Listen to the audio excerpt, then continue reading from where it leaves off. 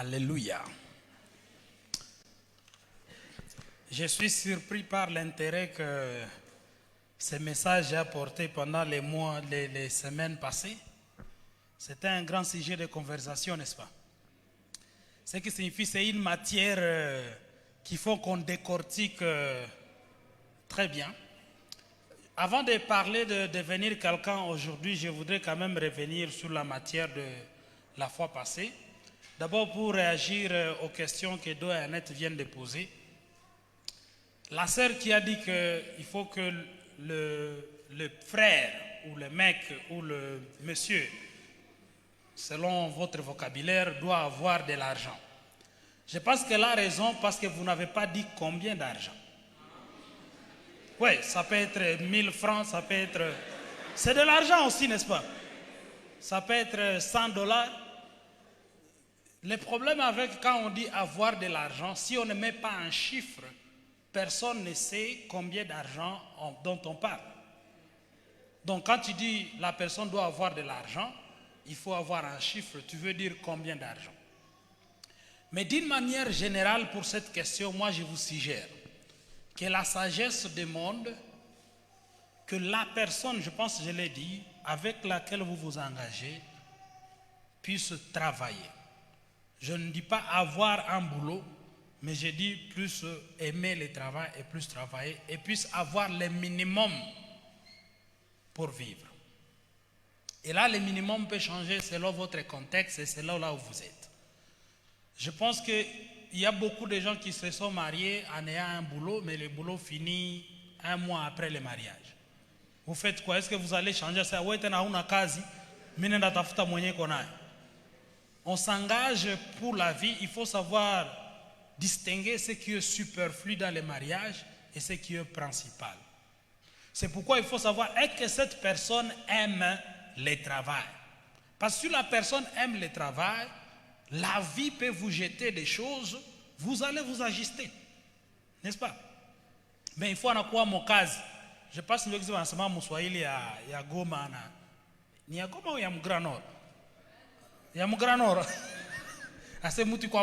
Donc il faut qu'il soit quelqu'un qui peut travailler, qui peut se débrouiller, qui peut se rassurer. Et surtout la question des responsabilités. Il y a des gens qui n'ont pas un salaire, il n'est pas engagé, mais c'est un responsable. Il doit se rassurer que chaque jour, il y a la nourriture sur la table. Du 1er au 31. Et je vous ai dit, mes chers amis, il faut vous poser la question si vous voulez. Je m'excuse, j'ai poussé un peu ma voix trop fort dans les kilts anglophones. Donc, si j'ai des problèmes,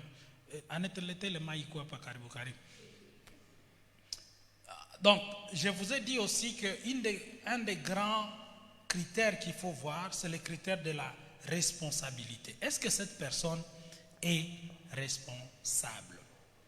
Et je vous ai donné un défi.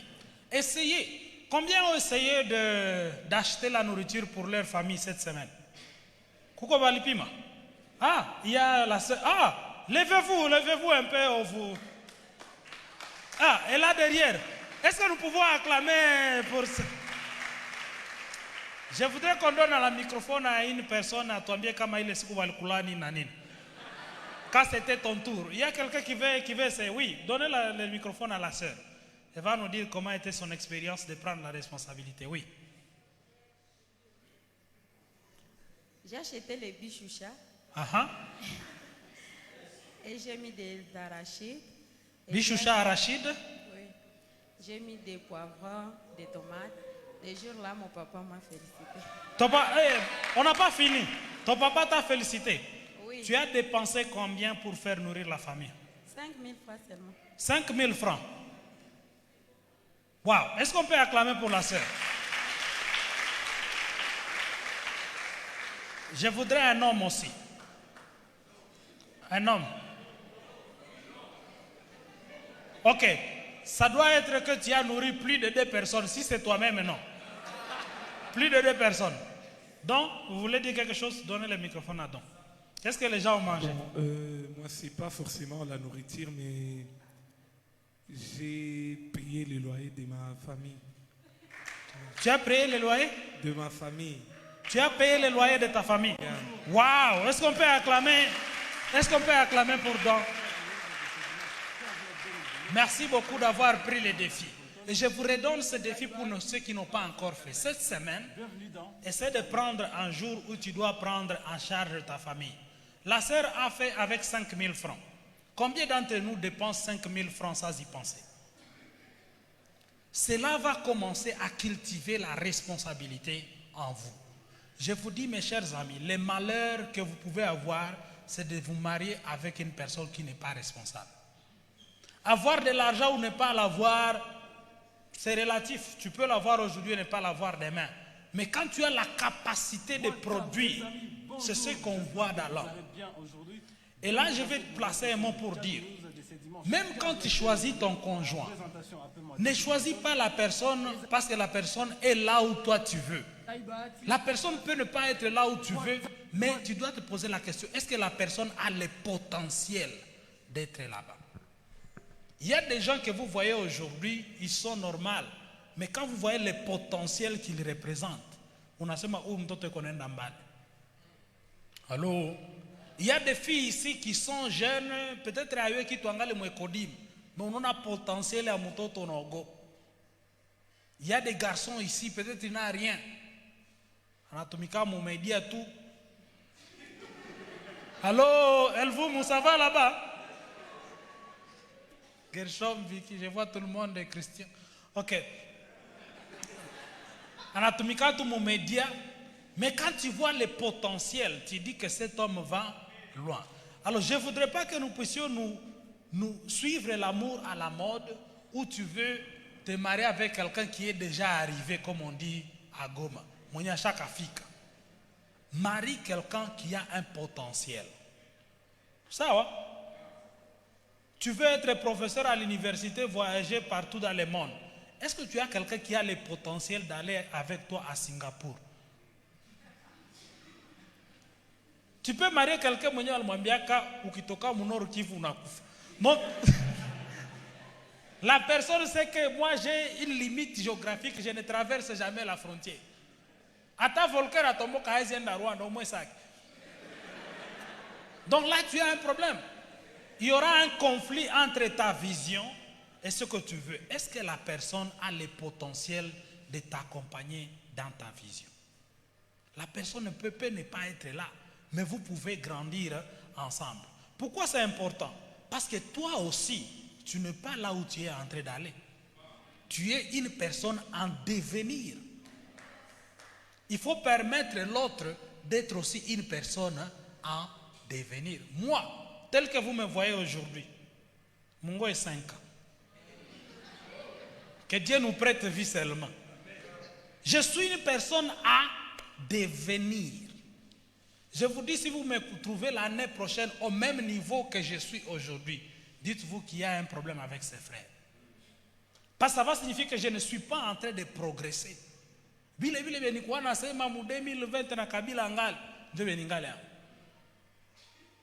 Un des signes qu'une personne a le potentiel est que vous trouvez un progrès dans la personne. Nos sœurs qui sont ici, est-ce qu'un jour, tu peux même faire, on a sur YouTube, on a méga à 100 mégas. On a jifunza ta recette kamu puis on a qu'à surprendre les gens. Aujourd'hui, vous allez manger, on a tafta na kajina ka compliqué, croquette de quelque chose. Tu le fais à la maison. Tu viens d'investir. Tu viens de faire quelque chose de nouveau. Mais il y a des gens ici, vous voyez, comme alifunza ka bugali wanabusunga ka ivini ville du 1er au 31 jusqu'à ce que Jésus revienne. Sois une personne en devenir. Je vais conclure ce chapitre en disant, je vous avais promis la semaine passée de vous donner la raison pourquoi nous ne sommes pas capables de choisir même après avoir suivi un séminaire sur le choix. Pourquoi avec toute cette sagesse que nous avons partagée, tu n'es pas à mesure à dire, ah, je vois maintenant la personne que je dois choisir. Il y a un aspect que je n'ai pas partagé la semaine passée que je vous donne maintenant, qu'on appelle les temps et les circonstances qui entrent dans l'équation du choix. Tu as déjà considéré la sagesse, tu as déjà considéré la personne, les potentiels, tout ça, Mais il y a ce qu'on appelle les temps et les circonstances. Ça signifie quoi? C'est l'aspect de Dieu qui est le maître des temps et des circonstances qui orchestre les choses pour que toi et ton partenaire vous puissiez vous rencontrer. Je vous donne un exemple pratique. À supposer que la personne que vous allez prendre en mariage soit au Brésil. Ça va? Tout le monde, c'est votre géographie. Je voudrais que vous puissiez imaginer le Brésil. C'est dans l'Amérique latine, un pays qui parle le portugais. Mumeyona, en face du Congo, océan Atlantique, de l'autre côté. Imaginez que la personne soit au Brésil. Quelle sagesse on peut vous donner ici à Gomaville pour que vous sachiez que la personne est au Brésil? Même si on vous donne tous les livres sur comment choisir un conjoint et que tu les lises, tu les mémorises, il n'y a pas une sagesse qui peut te dire que cette personne est à Porto Rico ou à Rio de Janeiro. Mais il faut qu'il y ait des temps et des circonstances. Mounenda kou conférence. Ça, ce sont des temps et des circonstances qui créent cela. Même dans notre service ici, il se pourrait que la personne que vous allez finir avec soit ici aujourd'hui avec vous. Allô? Même si je vous demande de regarder dans la salle, vous n'allez pas voir. Parce qu'il y a un aspect du plan de Dieu qui n'est pas en train d'être, qui n'a pas... Hein? Serveur n'a pas ta scratch. Qui n'est pas encore entré en jeu, c'est ce qu'on appelle les temps et les circonstances. C'est pourquoi vous allez trouver des gens qui se connaissent pendant longtemps. Ils se voient, ils passent, l'autre passe ici, l'autre là-bas. Un jour, on a coupé ta chapenda. On a dit, qu'est-ce qui s'est passé? Ce sont les temps et les circonstances. Moulenda tout sorti, oh, tunenda San Diego, gospel lipanda. Like Christelle. Gospel lipanda. Voilà les temps et les circonstances. Et on en profite pour vous inviter à Gospel lipanda pour cette année. On ne sait jamais. Dis à ton voisin, on ne sait jamais. Ce que je suis en train de vous dire, c'est ceci, mes chers amis. Il faut avoir la patience avec la question du choix, parce que vous n'avez pas toutes les cartes dans la main. Mes chers amis, nous devons faire cette question du choix avec beaucoup d'humilité. Il y a un problème avec le micro. Avec beaucoup d'humilité, parce que nous n'avons pas toutes les cartes en main. Et la question des temps et des circonstances vient clarifier les choix. Mais il faut que ça te trouve que tu as déjà la sagesse nécessaire pour que tu puisses découvrir que les temps et les circonstances sont déjà là. Toi-même, tu ne peux pas. Il y a maintenant des gens qui créent eux-mêmes les temps et les circonstances. Vous allez faire des erreurs. C'est Dieu lui-même qui crée les temps et les circonstances. Il y a plus de 7 milliards de personnes sur la planète. 7 milliards. Si on prend les statistiques, il y a toujours 60% d'hommes, de femmes et 40% d'hommes. Ça signifie qu'il y a plus de femmes que d'hommes dans le monde. Donc il y a déjà 10% de femmes qui ne vont pas se marier si chacun prend une seule femme.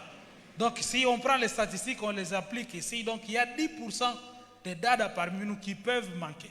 Mais il y a les gens à l'Arche, à Restoration, à Gisenyi, à Bukavu, à Massissi. Tout ça, ce sont des mondes. Donc ne paniquez pas, mes chers amis. Ça peut être que ton choix iko Kigali.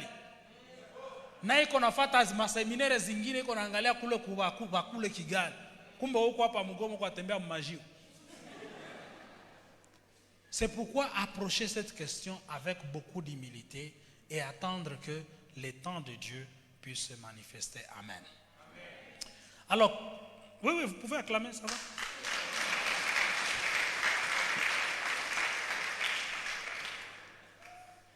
Ok. On a un problème aujourd'hui. Mais l'autre, le malais a mieux qu'il te, donc ça va nous aider. Alors, dont a dit qu'il y a des papiers qui ont été circulés. Écrivez les questions. Le président pourra choisir une date où on pourra venir seulement pour répondre aux questions. Ça va? Il est à quoi? Donc les questions, on prend la question. Parce qu'il y a des choses que j'ai dit, mais vous dites, mais si on considérait ça, ce jour-là, nous allons traiter toutes les questions de mais. La sœur Hortense, je pense, a déjà les papiers. Elle peut commencer à les distribuer. Vous pouvez remplir maintenant ou aller avec à la maison et amener la question le dimanche passé. Mais ne perdez pas les papiers, ça va? Et aussi, essayez d'écrire quelque chose de lisible.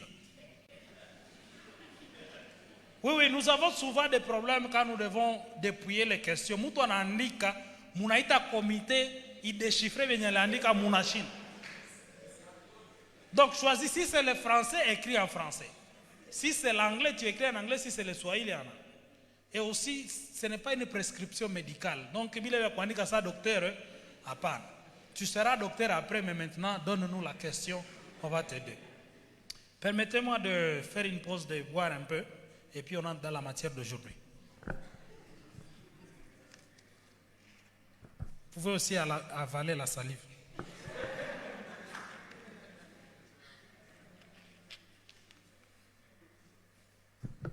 Wow. Alors, devenir quelqu'un. Nous avons parlé d'autres questions de choix.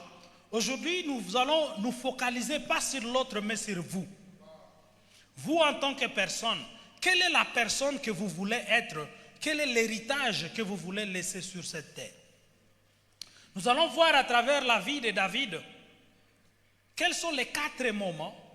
Il y a plus de ça, mais j'ai choisi 4 moments clés dans la vie de David qui peuvent nous inspirer à laisser une marque sur à notre génération.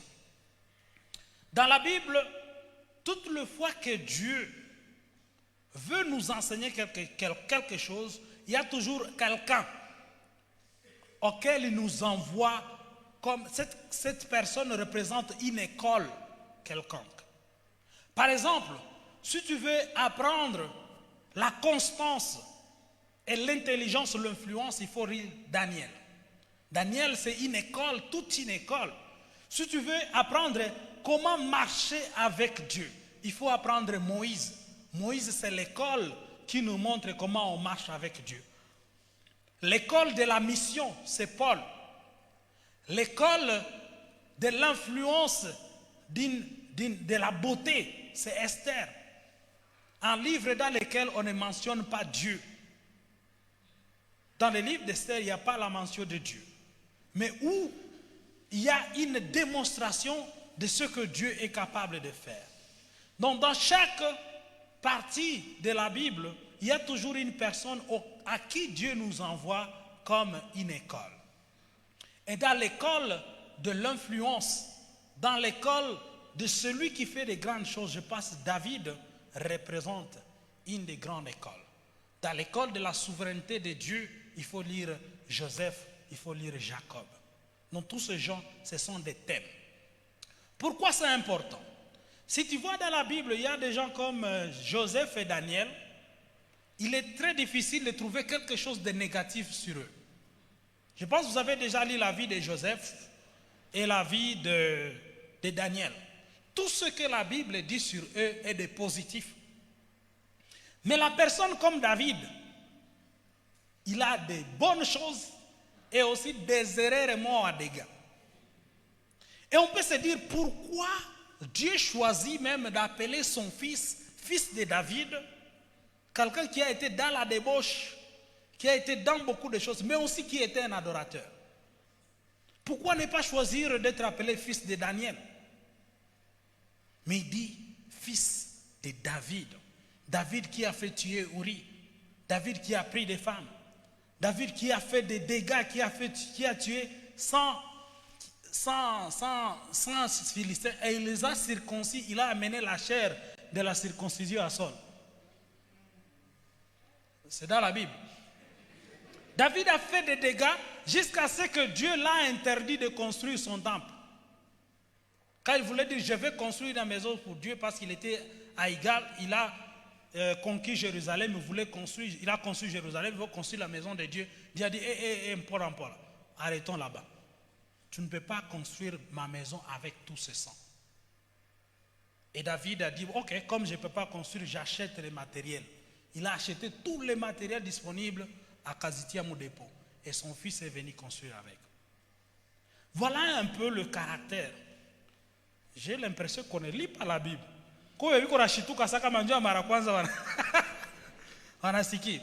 Alors, voilà un peu le caractère que nous allons étudier pour voir quelle influence nous devons donner.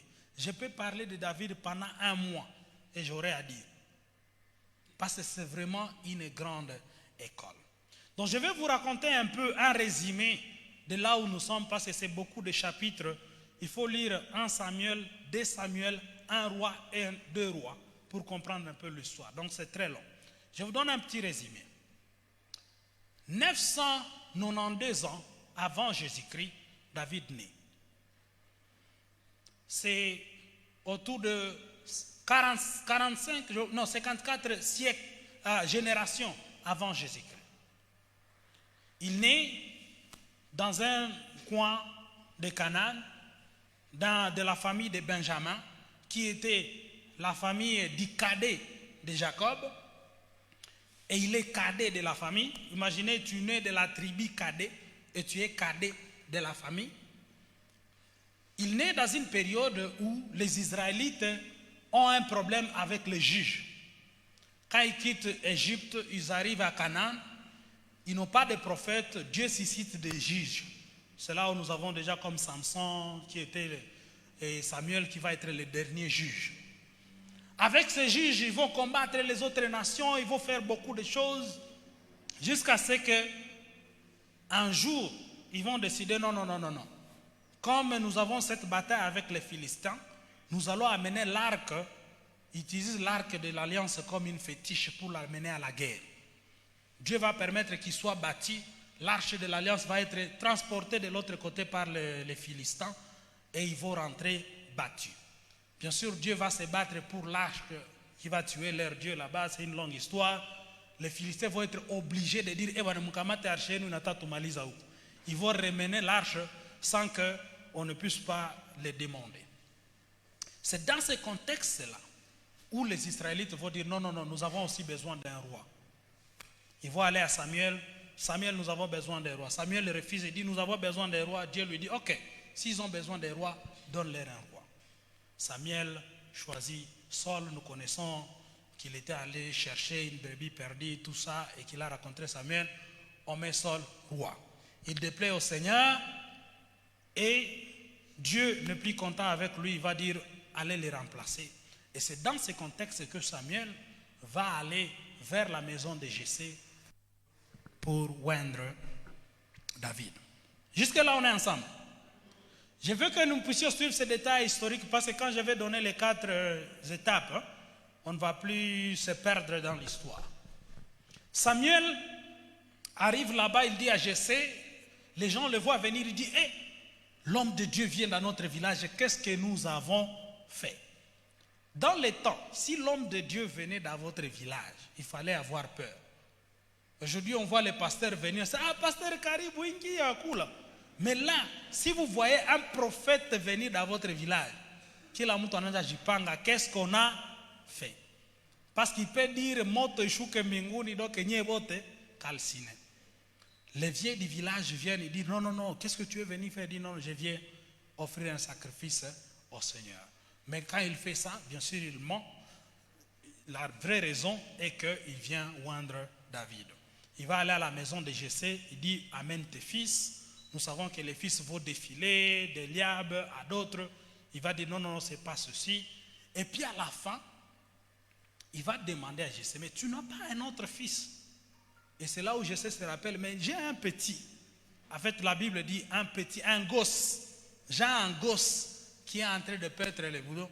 Et Samuel va dire quelque chose d'intéressant. Personne ne va s'asseoir jusqu'à ce que ces gosses arrivent. Donc Samuel va obliger tout le monde qui est là de rester debout. Qu'on aille chercher David et qu'on le ramène. Imaginez, tu as vu à quoi ça, kama ule mtu wa Afrika. On va chercher David. Bien sûr, quand il arrive, on attend Mupori. Il arrive, le Seigneur dit à Samuel, voici le roi, il le oint. Narufu ya mangombe, nanini, tout ça avec le mélange de l'huile, il le oint, roi. Et puis, Samuel répare. Alors, Samuel répare, mais Samuel répare à Rama. David, lui, répare dans la forêt pour prendre les mesures. On vient de le oindre roi, mais il répare. Il ne va pas au trône, il répare au lieu du travail. Tout ça, c'est important. Bien sûr, avec le temps, Saul va avoir des problèmes, il va être troublé par l'esprit. On va amener David pour jouer la musique pour qu'il puisse s'apaiser. Et puis finalement, il y aura Goliath. David va venir, il va tuer Goliath. Et puis Saul va commencer à chasser David d'ici et là. Et finalement, Saul va mourir. David prend le pouvoir et il va réunir le royaume. Voici un peu le contexte dans lequel. Alors, je vais choisir 4 moments dans la vie de David qui peuvent nous donner un parcours dans lequel nous devons être et là où nous allons aussi nous retrouver là où nous sommes. Le premier moment, je l'ai appelé David, le héros dans l'ombre. David, le héros dans l'ombre. David est un berger qui a déjà fait beaucoup de prouesses, mais que personne ne connaît. Il tue un lion, il tue un ours, il fait beaucoup de choses, il chante, il joue à la musique, mais personne ne reconnaît son talent. C'est un héros, mais qui n'est pas reconnu par la population, par sa propre famille. Ou imaginez banafika kwenu yuko atafuta roi, banaleta wengine wote wewe hapa kumensione. Mpaka mwiko atafuta roi anauliza lakini eske njoo wote hapa? Njoo wanaanza kumbuka lakini ule petit si yako sina yani tunaweza muhesabia. Ça suffit, il était négligé même au niveau de la famille, qu'on ne l'avait même pas considéré comme un roi potentiel. Mais ce qu'il faisait, il était en train d'apprendre, de développer son talent, de développer ses outils et de devenir quelqu'un d'un fort caractère. Il était en formation. Ça signifie la première phase de notre vie doit être une phase de formation. Si tu veux devenir quelqu'un, si tu veux impacter ta génération, tu dois prendre le temps d'être formé dans l'ombre. On ne se forme pas en public. Imaginez on était à salle de classe par le courant pour signer. Je vais fundisha watoto 1 plus 2 égale qui peut apprendre. Il y aura des véhicules, il y aura tout ça. La chaleur, bakuzisha ma énergie, donc toutes sortes de distractions. Les gens ne peuvent pas apprendre. On apprend dans le silence, dans l'ombre. C'est là où on développe son caractère, c'est là où on développe son talent.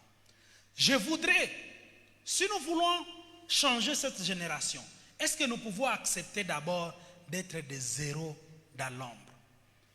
De faire des choses même dans cette église que même le ministère dans lequel tu es ne reconnaît pas. Mais toi, tu sais que tu es en train de travailler.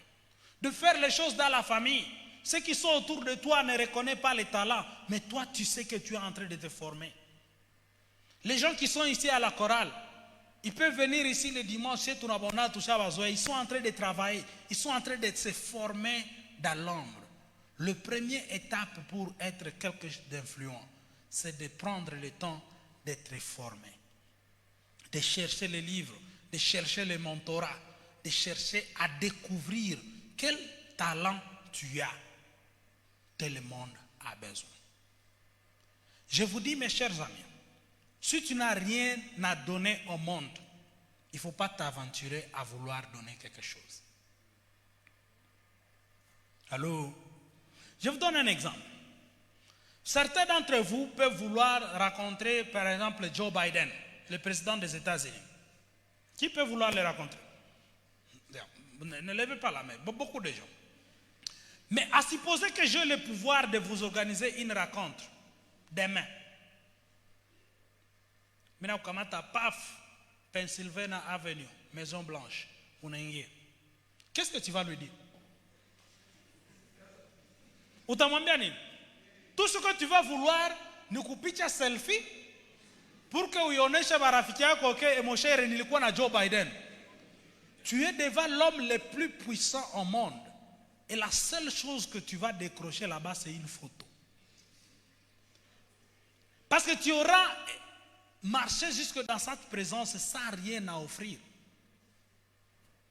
Mais à supposer que tu es par exemple une organisation qui est en train de combattre la pauvreté au niveau de la RDC et que tu as des canaux par lesquels tu peux faire une différence. Quand tu arrives dans ta présence et tu lui parles, vous allez parler en égal comme des gens qui veulent changer le monde. Il ne faut pas se lancer dans le monde quand tu n'as rien à offrir. Prends le temps d'être un héros dans l'ombre. C'est ce que David fait. C'est un héros dans l'ombre. On ne sait pas qu'il avait tué les lions et l'ours jusqu'à ce que Goliath apparaît. Ça signifie qu'il n'avait même pas raconté cette histoire à sa famille. Mes chers amis, il y a des accomplissements que tu n'as pas même besoin de raconter à ta famille. Parce que c'est toi avec Dieu qui sommes en train de travailler sur quelque chose. La plupart d'entre nous, si nous faisons quelque chose d'exceptionnel, tout le monde va savoir. Oh, nipita kuradio mbona muko naniambia ke muninisikie. Mtu anasirika gizi amukumusikia kuradio. Certains d'entre vous ici même mettent quelque chose sur le statut watu hawaiona unasirika. Oh, wajenje watu hawiko na statut. Oh, quelqu'un voit ne commente pas. Unasema ke fulani aliona hakomante tu anapita. Next. Unasirika. Jua nini hawakukomante ku statut. Alors, est-ce que nous sommes prêts à changer cette génération? Si nous sommes dans cette mentalité, ma réponse est non. Mais je voudrais voir des jeunes. Moi, je dis à Dieu que je voudrais être parmi ceux qui vont donner un nouveau jour à cette nation, à la RDC, à cette sous-région. Mais cela demande un sacrifice d'apprentissage. Cela demande de comprendre des choses. Cela demande de comprendre comment l'économie fonctionne. Cela demande de comprendre comment les multinationales fonctionnent. Cela demande de comprendre les sources des guerres. Cela demande de comprendre la sociologie politique du pays. C'est un travail dans l'ombre que je vous suggère qu'il faut faire. Qu'est-ce que vous voulez accomplir dans la vie? Est-ce que vous êtes en train de vous former pour ce travail? Si tous vos rêves devenaient une réalité, est-ce que vous serez prêts à prendre la direction? J'ai peur que quand on a annoncé ce sujet, devenir quelqu'un, il y a des gens qui ont lu ça, devenir célèbre. Non, non, ici nous ne sommes pas en train de parler de devenir célèbre. Nous sommes en train de parler de devenir quelqu'un influencer ta génération. Donc première étape, sois un héros dans l'ombre, prends le temps d'apprentissage et d'être formé. Si tu fais ça, je te dis, tu as déjà ce dont tu as besoin pour impacter ta génération. Ça signifie ceci en d'autres termes. Maintenant, comme vous êtes là, il y a des batailles que vous êtes en train de livrer dans votre vie privée. Si vous êtes en train de les réussir ou d'échouer, nous ne pouvons pas savoir. Mais quand votre jour de manifestation sera, on saura si vous aviez échoué en privé ou si vous avez réussi. Allô? Vous n'avez jamais vu des gens qui ont un talent et dès qu'on met les projecteurs sur la personne, vous commencez à remarquer les problèmes de caractère. Ça signifie que tu as un talent, mais tu n'as pas appris que pour manifester ce talent en public, ça va demander que je sois courtois, que je sois adab. Tu es là, tu veux aller vers des nations, être avec des présidents, tu n'as pas appris à fermer ta bouche. Tu arrives devant des gens qui gèrent des milliards de dollars, tu commences à donner des suggestions. Moi, je pense que c'est... Non, non, ça, il faut... Tu ne penses pas. Ça c'est un moment où il faut être bouche bée et attendre ce que les gens sont en train de dire. Ça, ce sont des choses qu'on apprend dans l'ombre. Pour que quand Dieu se révèle, il révèle ta personne, tu es prêt. Je disais aux gens, ils m'ont dit que je me sous-estime. Aujourd'hui, si vous me demandez de diriger la RDC, je vais refuser. Parce que je ne suis pas prêt. Mais je peux être prêt dans 10 ans. Mais il y a certains d'entre vous, on peut vous demander, président de la République, oui. Et puis, on dit, ok, ça tout fait à lui, c'est quoi, président? Je viens de prêter serment, on commence où? C'est ce qui se passe dans nos pays. Ce qui tue l'Afrique, ce qui tue nos générations, ce sont des gens qui acceptent des responsabilités pour lesquelles ils n'ont pas les capacités. L'histoire de la zaïranisation, on prend une entreprise comme la Gécamine, on donne à quelqu'un qui était huissier.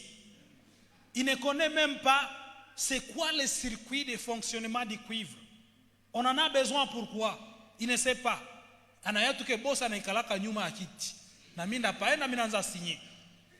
Mais pour qu'il signe, comment ces documents parviennent là-bas? Ça signifie quoi un contrat? Ça signifie quoi un carré minier?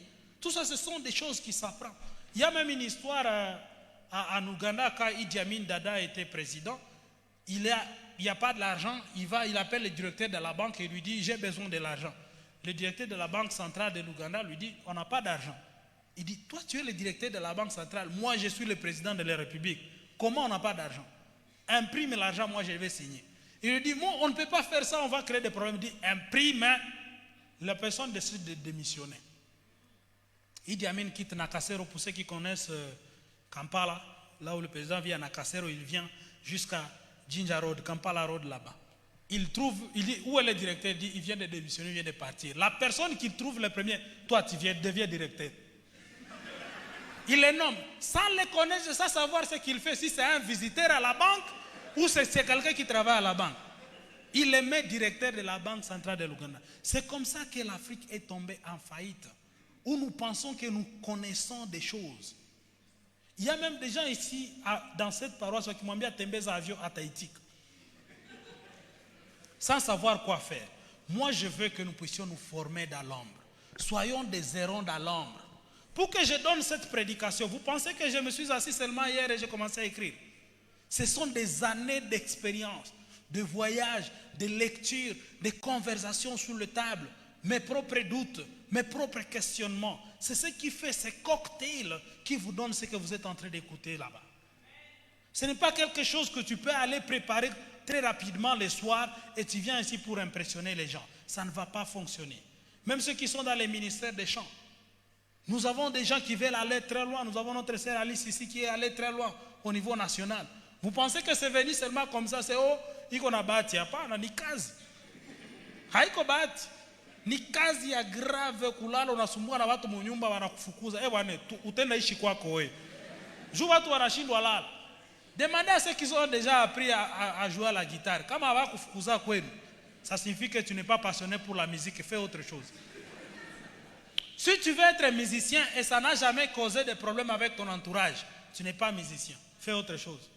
Parce que ton niveau de passion doit être en conflit avec les gens qui sont avec toi. Allô? N'allez pas créer de conflits. Nico va bien tout ce qui se passe. Et mon est le premier point. Donc mes chers amis, soyons comment? Des héros dans l'ombre. Ne cherchez pas la lumière avant que tu ne sois formé. Tu vas être un désastre et tu vas fermer l'opportunité pour beaucoup d'autres gens. Tu sais pourquoi c'est important? Parce que quand on donne à un jeune l'opportunité de diriger, tu vas là-bas à ton nom, mais en même temps tu représentes toute la jeunesse. Si tu échoues, tu donnes l'argument à d'autres jeunes, à Josia que quitte. C'est ça même avec nous les Congolais. Tu es Congolais, on te donne de diriger une institution internationale. Tu vas là-bas, tu voles. Tout Congolais qui arrivera là-bas, as-tu présenté ton passeport? On se dit, il faut que mon clé. Ça signifie en d'autres termes aussi, si tu fais bien ce que tu fais, tu veux te donner l'opportunité à tous ceux qui sont associés à toi à avoir un pas d'avance. Quand ils viennent en ton nom, les portes déjà s'ouvrent. Combien d'entre nous veulent ouvrir les portes pour les autres? Quand quelqu'un vient quelque part et dit je suis de Gomaville, on connaît quelqu'un de Gomaville, ah, comment nous à Gomaville, Moumouachi. Allô? Bakora, le mouffou moukou tumie ya jena Gomaville. Unafika tu quelque part, mu conseil moi on est kulu on ikamata. Moi, je suis choriste à Goma Ville. Eh, barakupa nyimbo. Mais aussi, tuingize mai, unaimba bien. S'il est de Goma Ville, il doit chanter bien. Héron dans l'ombre, formation. Ça, vous pouvez lire dans 1 Samuel 16, versets 11 à 14. La formation de David. Deuxième chose. La première, je dis David, les héros dans l'ombre. Deuxième, David, les tombeurs de Goliath. Non. Oh, je m'excuse, ça c'est la troisième chose. Ça c'est la troisième chose. Donc, on ne met pas d'avance. Deuxième chose, c'est David, le musicien de la cour. David, le musicien de la cour. Et ça, vous pouvez le voir dans 1 Samuel chapitre 16, verset 14 à 18. Maintenant, regarde ce qui se passe. David, dans la forêt, il n'a pas d'autre chose à faire que de jouer à sa harpe. Quand on a utazisemesha, même si on a zisemesha, la conversation ne peut pas durer 5 minutes. Utaziambia nini? Be. Nazo zinasema be. Si vinaishia pale. Ingine mwana ni be. Na kurudisha ni be. La conversation ne peut pas évoluer. Ça signifie que David prend le temps de perfectionner sa harpe. Et la plupart des psaumes que nous avons, David les a écrits dans cette période parce qu'il était poète. Et il les a écrits dans l'autre période que nous allons voir au 4e point. Les psaumes comme l'Éternel est mon berger, je ne manquerai de rien. Il me fait reposer sur le vert pâturage. Il a écrit pendant qu'il était berger lui-même. Et il faisait un parallélisme entre ce que lui est en train de faire comme berger et ce que l'Éternel fait pour lui. Et c'est pourquoi il utilise tous les mots qu'il est en train d'utiliser sont en rapport avec les bergers parce qu'ils étaient devant lui. La houlette et les bâtons, il avait ça devant lui. Et je suis sûr qu'il faisait la houlette et ton bâton me rassure en le faisant. David développe. Maintenant, il y a un problème à la cour. Saul, le roi actuel, est tourmenté par un esprit mauvais. Il y a une réunion. On fait quoi? Le roi est tourmenté. Et quelqu'un amène une suggestion. Cherchons un musicien qui va venir jouer la musique et ça va aider à apaiser le roi. Imaginez, le président de la République dit qu'il a un problème, il faut qu'on cherche un musicien. Tout l'entourage va savoir quel musicien on va chercher. Ici, je veux que nous puissions lire 1 Samuel chapitre 16, versets 14 à 18. Je pense bien de lire, ça c'est pas vraiment quelque chose qu'on peut paraphraser. Il faut qu'on le lise pour que vous voyez la beauté de ce qui va se passer ici. David, les musiciens de la cour. 1 Samuel chapitre 16, versets 14 à 18. La Bible dit, l'esprit de l'Éternel se retira de Saul, qui fut agité par un mauvais esprit venant de l'Éternel. Les serviteurs de Saul lui dirent, voici un mauvais esprit de Dieu t'agite. Que notre Seigneur parle, tes serviteurs sont devant toi. Ils chercheront un homme qui sache jouer à la harpe, et quand le mauvais esprit de Dieu sera sur toi, il jouera de ta main, et tu seras soulagé. Saul répondit à ses serviteurs, trouvez-moi donc un homme qui joue bien. Ça va? Qui joue comment? Trouvez un homme qui joue bien et amenez-le-moi. Écoutez maintenant ici attentivement. 18. L'un des serviteurs prit la parole et dit, voici, j'ai vu un fils d'Ésaïe, Bethlémite, qui sait jouer. C'est aussi un homme fort et vaillant, un guerrier, parla bien et d'une belle figure, et l'Éternel est avec lui. Saul envoya des messagers à Ésaïe pour lui dire, envoie-moi David, ton fils, qui est avec les brebis. C'est le roi qui dit ça. Donc David angali kule kuma brebis. Qui est avec les brebis? 20. Ésaïe prit un âne, akamutuma. Bon, ça on peut laisser. Maintenant, regardez ce qui se passe. Quand Saul a un problème à la cour, il faut qu'on résolve le problème. Quelqu'un dans l'entourage de Paul connaît ce que David faisait dans le secret. et il y a un problème qui doit être résolu, il se rappelle, je connais quelqu'un. L'ironie du sort est que David est déjà un roi. Quelle est la technologie ou la manœuvre qui peut faire quitter quelqu'un d'un brebis à lui donner son royaume? Dieu n'utilise pas une armée pour amener David auprès de Saul dans la cour. Il utilise un talent, il utilise la musique, la poésie. Donc David, qui est déjà un roi, va aller à la cour, pas comme un prince, pas comme un roi, mais comme un musicien. Allô? Et il va commencer à jouer la musique à Saul. Et pendant qu'il joue, il est encore apprenti dans l'ombre. Il commence à voir comment les conseils se tiennent. Il commence à voir comment la cour se tient. Saul va donner à David un stage d'être roi sans le savoir. Parce qu'il est seulement musicien.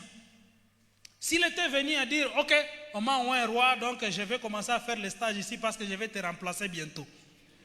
Qu'est-ce qui allait arriver? On allait couper la tête.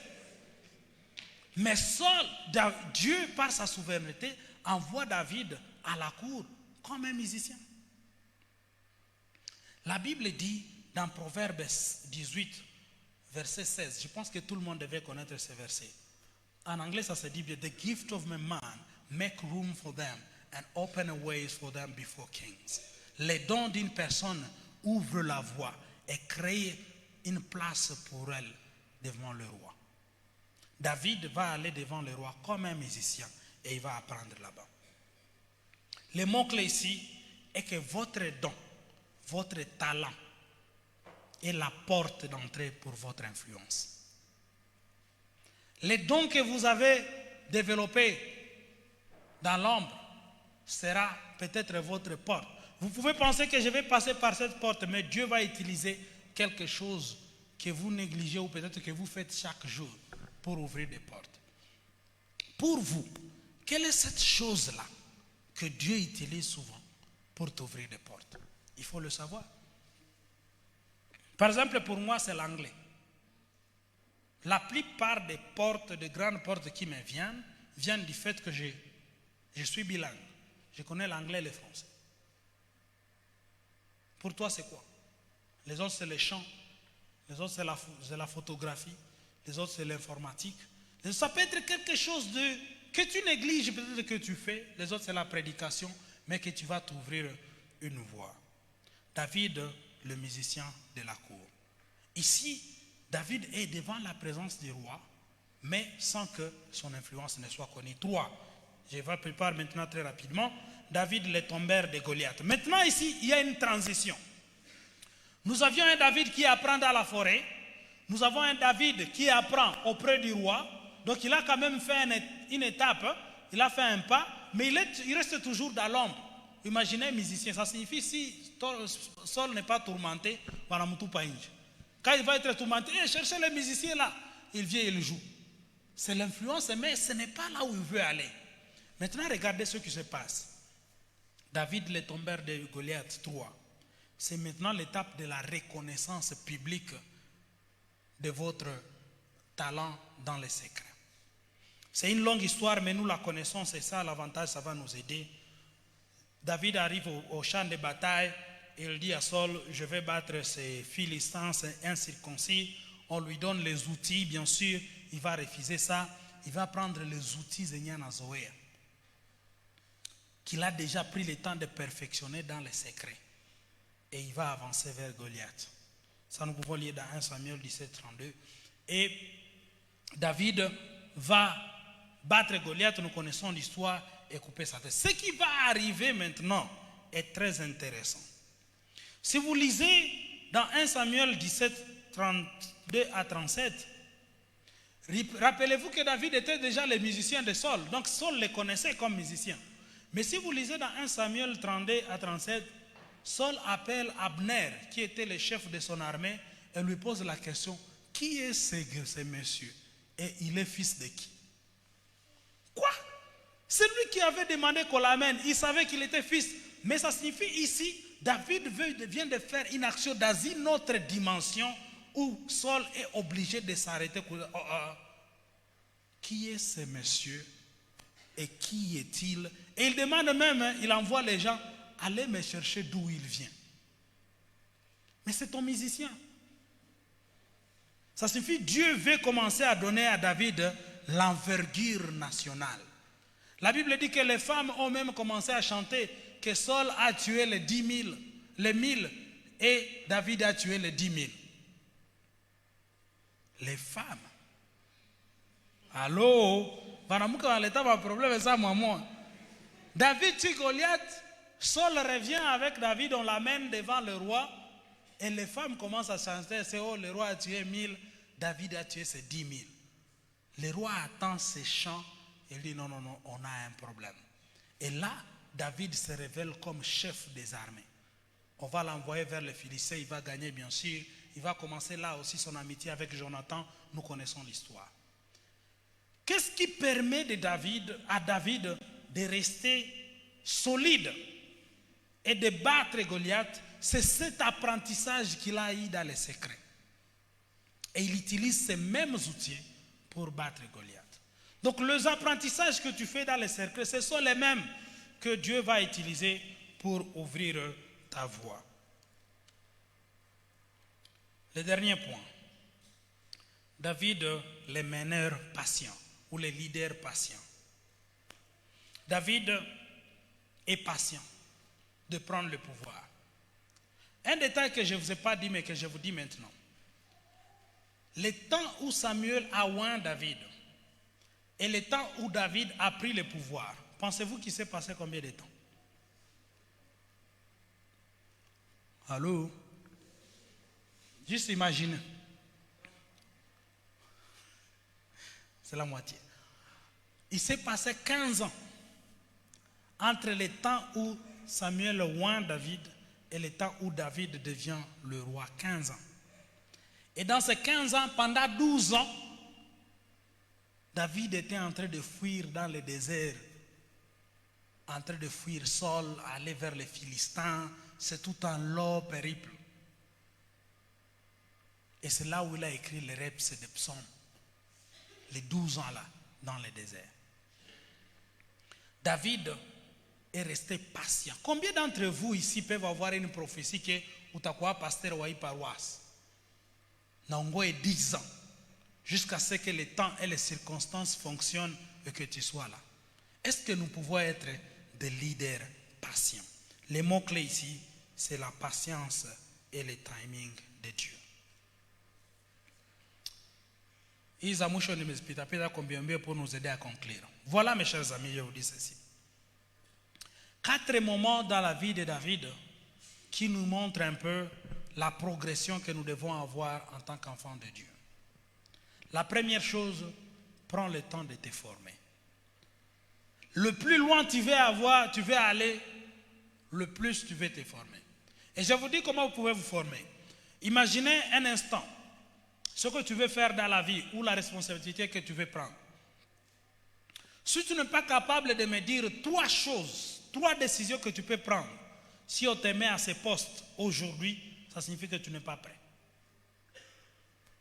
À supposer que tu veux être gouverneur du Nord Kivu, si tu n'es pas à mesure de me dire 3 mesures que tu peux prendre si on te donne l'occasion, aujourd'hui tu n'es pas prêt, va te former.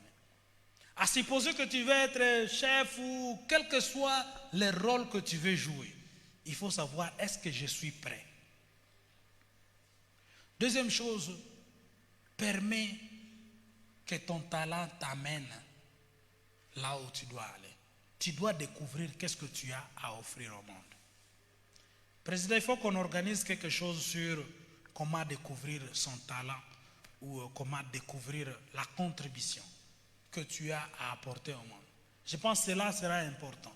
Parce que quand tu agis dans ton talent, même si wanakugombanisha, il ne va pas réussir. Usifanyake compétition na mtu mweko na agire mutala yake, utavunjika.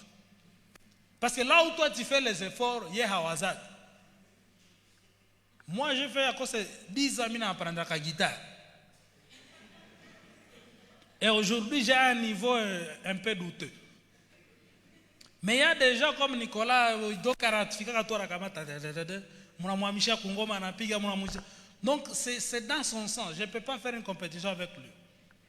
Il y a aussi des choses dans lesquelles moi aussi je suis calé. Si tu viens faire la compétition avec moi dans ces Dokutalumi, est-ce que tu as un domaine dans lequel tu sais, moi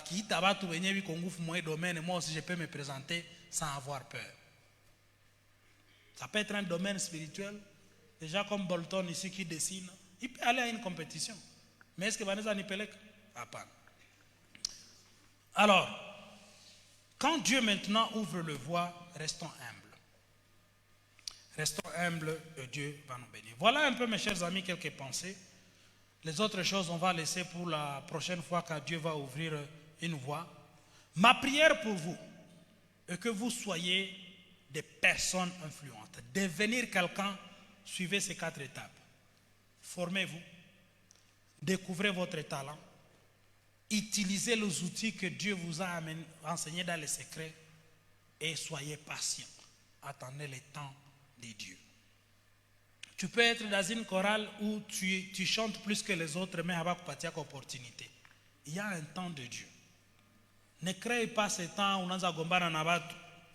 Non, non. Il y a un temps de Dieu. Quand ce temps viendra, tout le monde saura que où le moment. Je vous donne un exemple qui s'est passé le dimanche passé. Vous avez vu, certains d'entre vous connaissent le frère Chisomo. Brada Chisomo qui. Il a dirigé le culte du dimanche antérieur. Et la façon dont il a fait, je me suis déjà dit de mon esprit, ça c'est un prédicateur. Il faut qu'il prêche. Le moment où j'ai pensé cela, William aussi pensait à ça. Après l'équipe, nous nous sommes retrouvés, tu dis, est-ce que vous avez vu ce que j'ai vu? J'ai dit oui, j'ai vu ça. On a dit non, proposons-lui de prêcher. Parce que c'est William qui allait prêcher aujourd'hui. On l'a proposé, il a accepté. Et vous avez vu sa prédication aujourd'hui. Il n'a jamais fait d'effort pour dire, moi aussi je prêche. C'est maintenant qu'il commence à nous raconter, oui, je suis un prédicateur. Mais, alikiatu ongoza service, mais si votre tukasema, il y a des choses que tu peux faire, les gens sauront que ce n'est pas la première fois. Et ça va ouvrir les portes. Que Dieu vous bénisse et qu'il bénisse.